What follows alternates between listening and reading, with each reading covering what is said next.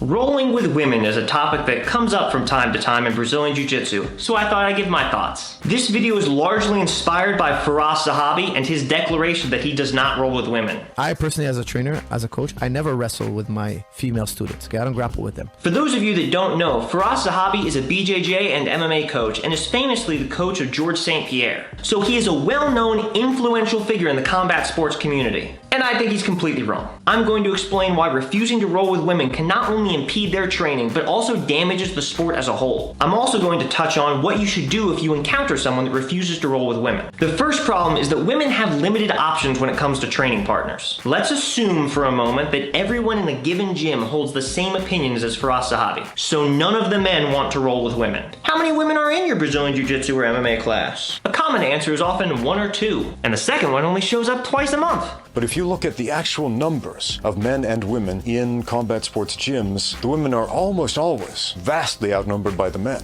Imagine if most or all of the men in a class refused to roll with women. For all intents and purposes, women are banned from that school. They don't have anyone to train with. Firas Zahabi might have a large gym with enough women to make up their own class, but most gyms don't have that luxury. But even if there are plenty of other women, it still creates problems. A big reason that women take BJJ and MMA classes is to learn to defend themselves from bad guys. Now, do you think they're afraid of being attacked by another woman, or do you think they're afraid of being attacked by a man? I'll give you a hint. It's men. If they never get to roll with men, how are they supposed to learn how to fight one off? There are significant physical differences between men and women have to experience and understand this difference in order to overcome it. If you had never grappled with anyone bigger than you, and then you suddenly had to grapple with someone bigger than you, you'd get crushed.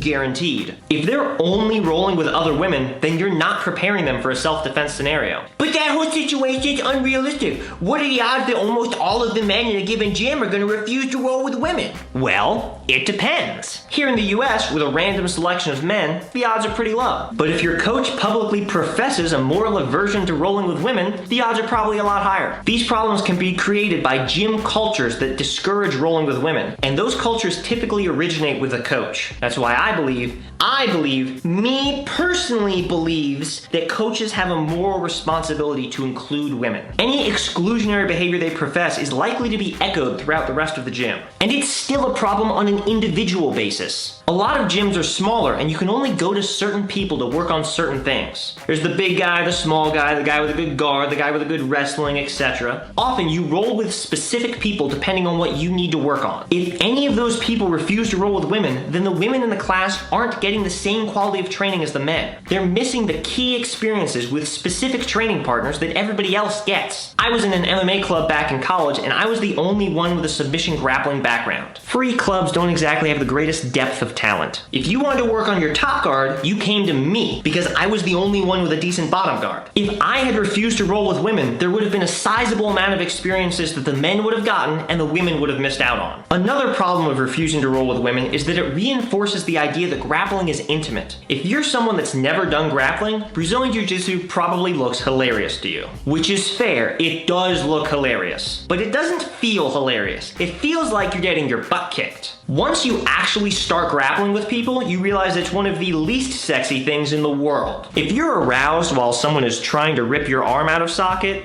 you're special. Understanding that grappling is not intimate is important because it's one of the primary barriers to people learning to grapple. A lot of the women I've trained are initially hesitant to grapple a man. It takes some convincing to let them know that this will not feel intimate or sexual and it's a good way to learn how to fight. Once they actually start grappling, they realize I was completely right and their hesitation goes away. Getting people to start BJJ is a wonderful and rewarding experience, and Firas Zahabi is making my job way harder than it needs to be. When you've got famous coaching saying that grappling is too intimate for them to roll with women, it pushes women away from the sport. It's going to be impossible for me to convince someone that grappling isn't weird if Zahabi is their first impression of the sport. Now for the angelic group, for you guys up there, like you guys can roll with the most beautiful women all day and all night and never an impure thought enter your mind. This is how pure of heart you are. I haven't reached this level, so I'm not even gonna attempt to copy you. It's also worth noting that things are either intimate or they're not. It doesn't matter who you're doing it with. If I'm making out with a girl, that's intimate. If I'm making out with a guy, it's still intimate. Intimate things don't stop being intimate things when you do them with the same sex. They just become gay intimate things. Either grappling isn't intimate or you're gay. I don't see any other way around this. I can personally attest that I've rolled with women that I was actually flirting with. I roll with my current girlfriend. Do you know how many times rolling has turned romantic? Exactly 0 times. Never in my life has that happened because grappling is not intimate. You don't have to be some sort of pure of heart religious guru to not be aroused while grappling women. Just like you don't have to be pure of heart to shake a woman's hand or give her a hug. We don't think of striking as intimate. Grappling and striking are both fighting. Both of them feel like fighting. Fighting does not feel intimate. Unfortunately, people can actually make things weird by thinking of them as intimate. Shaking hands is a perfectly normal behavior. But if I meet someone that thinks shaking hands is the most arousing thing in the world, I'm not touching them. I can shake anyone else's hand, but that person has made it too weird for me. It doesn't mean shaking hands is intimate, it just means that person is weird. If you think something's intimate, you make it weird for anyone that does it with you. And that's why I will roll with women, but I wouldn't roll with Firas Zahabi. He's made it too weird for me. I hate when people like sexualize jiu-jitsu. Yeah. You know, when they're like, oh man, like she has her like chest on me, wow, like kind of thing, which is, it's like really gross. So what would I do if I had a class of people and one of my students refused to roll with women? It depends. If they were raised badly and they just need to get used to the idea, that's fine. As long as they are making an effort to improve, I will be as patient as I can with them. If they are hardline refusing to roll with women under any circumstances, then I'm not going to roll with them. If their behavior starts bothering any of the women in the class, they're going to be asked to leave. If you would have a slightly different reaction, that's fine. But I encourage you to think, what if you had a student that refused to roll with black people? Discrimination is discrimination. I would feel comfortable using my approach if a student was refusing to roll with someone of a different sex or of a different race. If I had a woman that refused to roll with men, I would treat them the same way.